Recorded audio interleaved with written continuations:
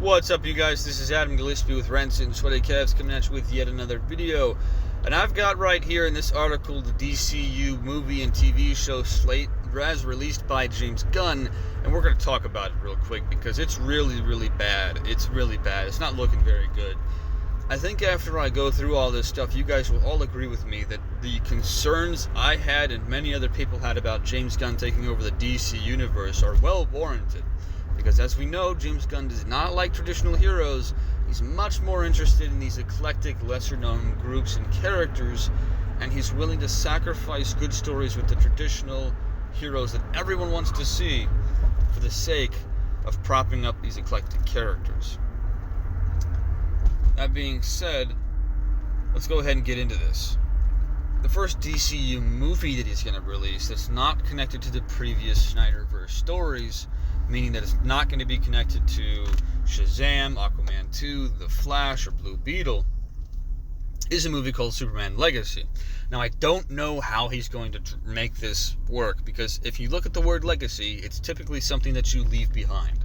So, why is this called Superman Legacy, or as the word is technically means, Superman What I've Left Behind? I don't know, especially since you're starting off with a younger character. It's really weird. It's a weird title. It's not necessarily a good sign. I don't like it. I don't like it for multiple reasons. One of those reasons is because Henry Cavill is going to be Superman.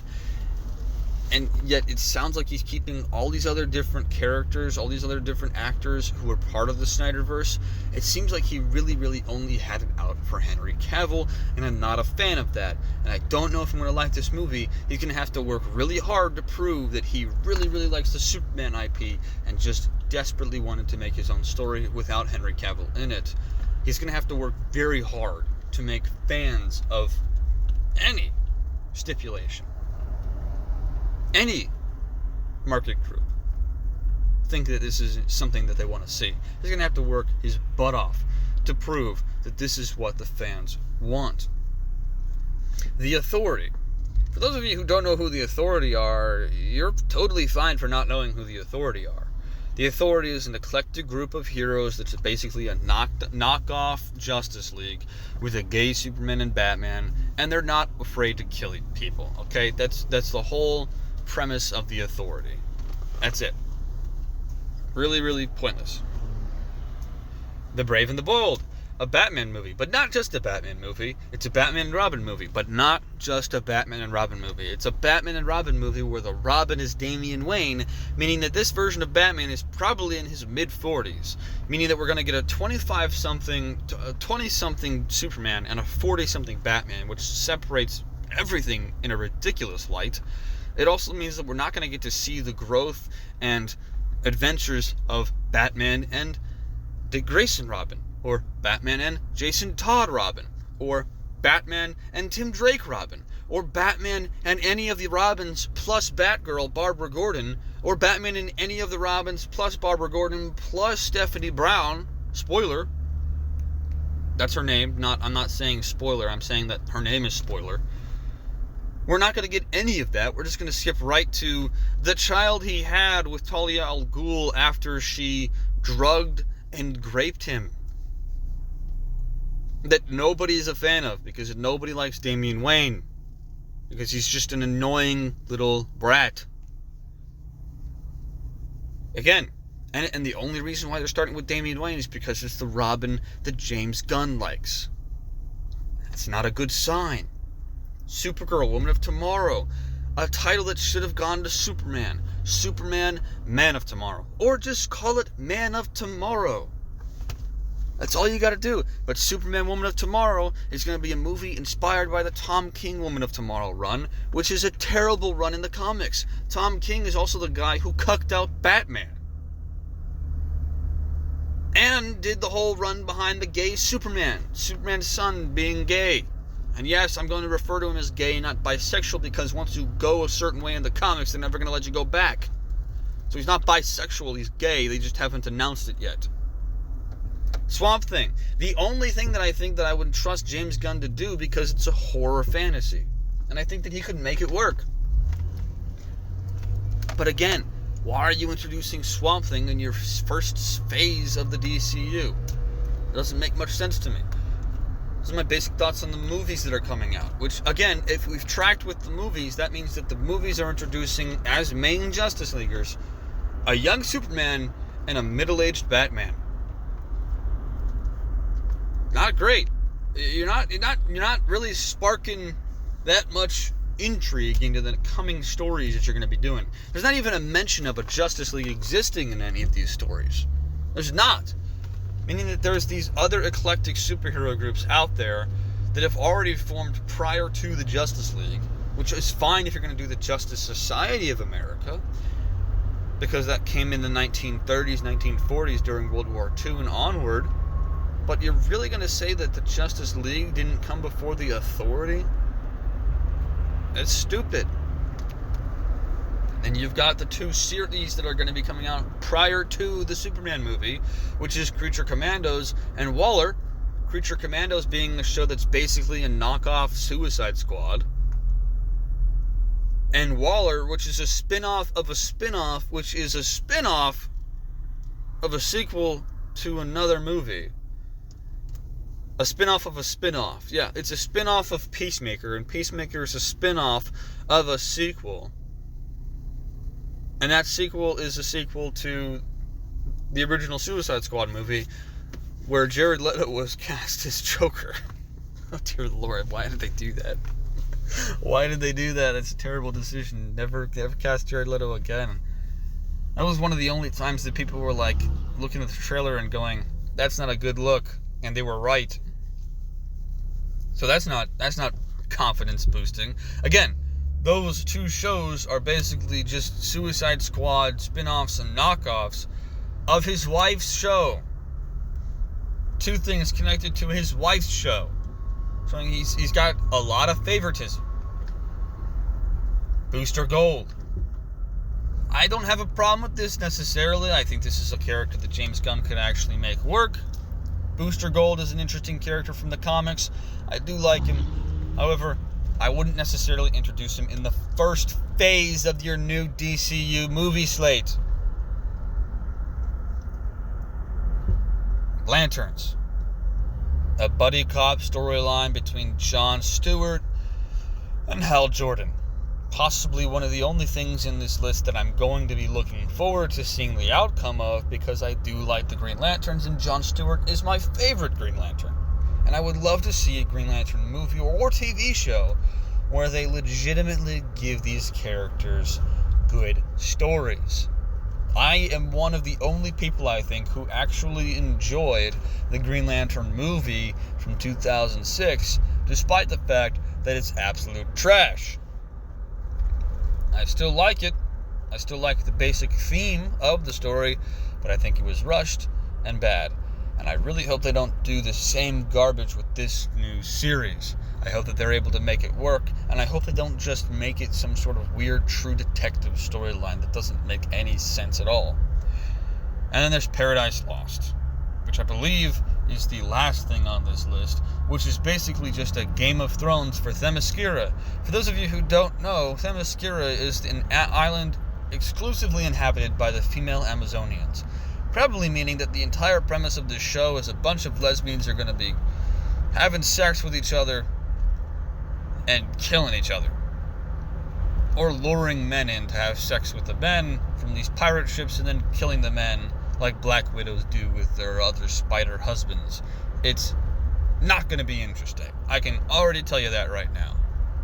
It's just going to be a bunch of women exhibiting the worst traits of humanity. And that's essentially what it is, because he described it as a Game of Thrones for Themyscira. Watch Game of Thrones if you want to understand why it is I think that. It's just a bunch of people being complete and total jackwads to each other. It's not something I want to see from the Amazonians. It's not something I want to see from the people that would bring forth Wonder Woman. You know? Someone, a superhero who's supposed to be loving and kind and brave and hopeful and determined. But no, let's go ahead and add in a lot of that modern cynicism that we want to inject into stories that came before. Yeah. because that's all the people want nowadays. Cynical characters and cynical stories and blah, blah, blah, blah, blah. DC's in trouble, folks. DC is in some serious trouble. James Gunn is not the right choice for any of this. Never has been, never will be, and I don't care that he's the leader.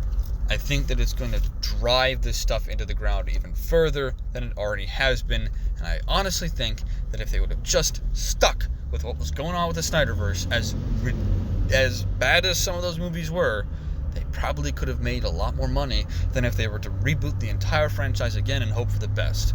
Honestly, if you're going to do the reboot, don't do it the way that James Gunn's doing it.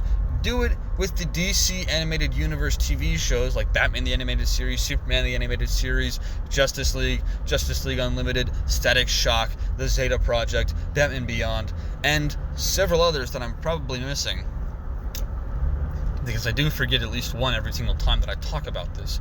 If you would just use those as the blueprint, you would have an infinitely better series of movies and projects that you could announce to the world and hope for the best for. But really, this is your start. You introduce two main characters in the movies, and then you just come up with these weird eclectic stories. I don't even have the bandwidth to explain all the problems with this that I see, because it's just so bad. Again, Tom King, one of the main inspirations for these stories. Tom King is one of the worst creatives in the comic book industry in the modern day. His whole premise is, let me see how many people I can gender, race, and sexuality swap. And how many characters I could tear down and turn into something else. He's the guy who killed Alfred. He killed Alfred! Tom King killed Alfred! This guy doesn't know anything about comics. This guy doesn't know anything about writing good stories. And this is one of the main inspirations behind this new DC slate. This is going to be trash. Not to mention, the writer for the Birds of Prey is one of the main inspirations for the DC slate coming forward. Birds of Prey, the movie that made like $4 at the box office. Yeah, that movie, that absolute trash movie that nobody likes and nobody watched, and was just a bunch of characters who were race and sexuality swapped again. Yeah, that movie. It's just pointless. All this stuff is being inspired by the worst possible content that you could get inspired by. It's all going to be trash. It's the worst way to open up a DC slate. Just make a good Superman movie, a good Batman movie, and see where it goes from there. That's the start. Have a general idea of where you want it to go, but don't put all this other extra crap that doesn't make any sense in there. And don't try to make this uber interconnected storyline. Make it something where you pepper in connectivity, like they did in the MCU with the end credit scenes. Or make a mention of someone in Metropolis, in a Batman movie. You think that this guy's bad. I moved out of Metropolis because I didn't want to get hurt anymore. Or something along the lines of that. Make little interconnected sprinkles in there. But don't... Gosh, this entire slate is trash. It's just, oh, here's an eclectic superhero group that we put in here because James Gunn has a hard-on for that crap.